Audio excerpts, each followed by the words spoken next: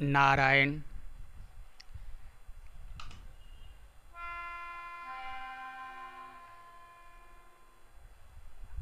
एक बार भगवान तुलसीदास जी के लिए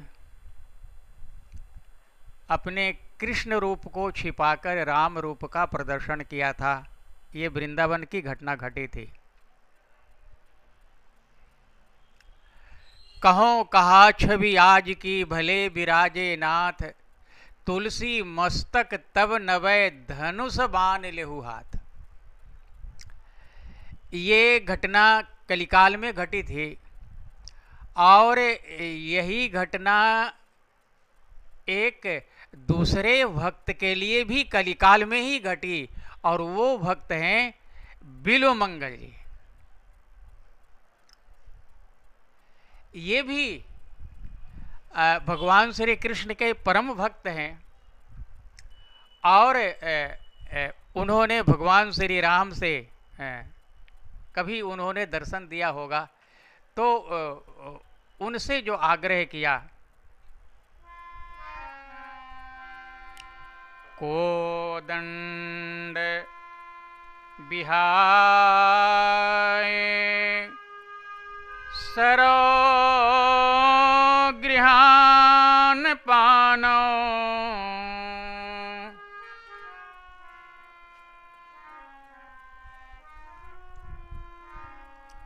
बिहाय कोदंड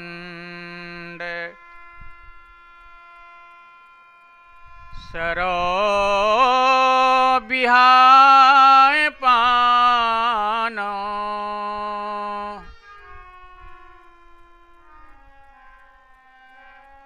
मणि नील चक्र वेणुं सीतापते राघव रामचंद्र, सीतापते राघव रामचंद्र। सीतापति भगवान श्री राम बिल्वमंगल जी के कहने पर बिहाय कोदंड सरो, अपने धनुष बाण को छिपा करके उन्होंने नील चक्र वेणु को धारण किया था। ये भगवान की ऐसी परवस्था है जिस पर भक्त लोग बलिहार हो जाते हैं, बलिहार हो जाते हैं, अपना सब कुछ न्यौछावर कर देते हैं। मित्रों में घनिष्ठता, जैसे भगवान श्री राम ने विभीषण जी के लिए अपने हृदय पर शक्तिवान को सहन किया था, ऐसे ही मानव जीवन में भी कभी कभी कोई मित्र मिल जाते हैं। दो मित्र ऐसे मिले और दोनों को प्यास लग गई, थोड़ा सा जल था,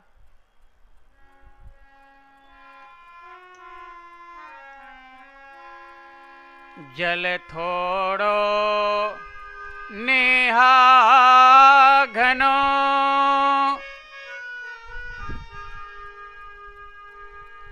लगे प्रीत की बान, तू पी कही मरे, यही विधि निक से प्राण। महाराज, इस कलिकाल में दो मित्र, पहले आप पीजिए, पहले आप पीजिए कह करके किसी ने नहीं पिया और दोनों के प्राण पखेरु उड़ गए। ऐसी मित्रता पर कौन बलिहार नहीं जाएगा। एक ब्राह्मण देव हैं, उनको कथा कहने का बड़ा चाव है, खूब कथा कहते हैं और मंदिरों में जाकर के कथा कहते हैं। कभी कभी मंदिर वाले मना कर देते हैं तो वो जंगल में जाकर के और ठाकुर जी को कथा सुनाने लगते हैं।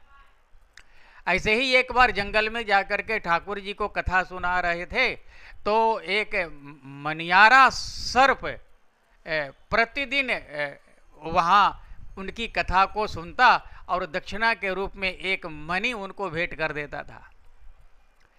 एक दिन आप बीमार पड़ गए और अपने पुत्र को कथा कहने के लिए भेजा, लेकिन पुत्र लालची निकला और उसने दक्षिणा देने के समय, जब दक्षिणा देने की बारी आई और उस सर्प ने दक्षिणा देना चाहा, उसी समय उसने सर्प पर डंडे से प्रहार किया। वो तो खैर था कि पूंछ पर लगा, लेकिन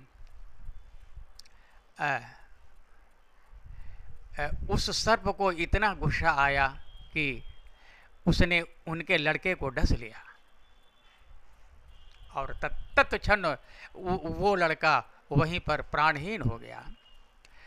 बाद में वो ब्राह्मण फिर कथा कहने के लिए आए, तो सर्प ने निकल करके कहा कि देखो यहाँ कोई श्रोता नहीं है और कोई तुम्हारी कथा नहीं सुनेगा। और एक हम सुनते थे, लेकिन वो भी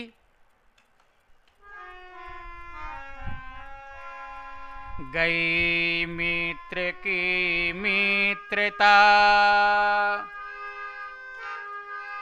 गयो कथा को भाव,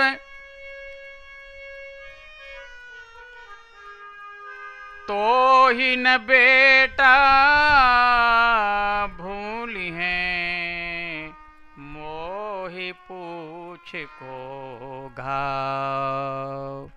उस सर्प ने कहा कि ब्राह्मण देव, मैंने आपके पुत्र को दंश करके उसको प्राणहीन कर दिया है। आप इस दर्द को भूल नहीं सकते और मेरे पूंछ पर जो उसने प्रहार किया है, हम उस घाव को नहीं भूल सकते। इसीलिए यहाँ कथा कहने का कोई प्रयोजन नहीं है। आप दूसरा स्थान ढूंढ लीजिए, वहाँ जा कर के ठाकुर जी की कथा कहिए। ये सब बातें ऐसी हैं कि है तो थोड़े शब्दों के लिए, लेकिन ये बहुत कुछ हमको हमारे जीवन में कह करके चली जाती हैं। एक छोटी सी लकीर भी जो है हमें बहुत कुछ ये ज्ञान की बातें सिखाती है। आगे बढ़ना हो तो लकीर को काटो नहीं, बल्कि उस लकीर से दूसरा एक बड़ा लकीर स्वयं अपने पुरुषार्थ से खींचो और फिर भगवान के भक्ति के मार्ग में आगे बढ़ो अथवा संसार में आगे बढ़ो।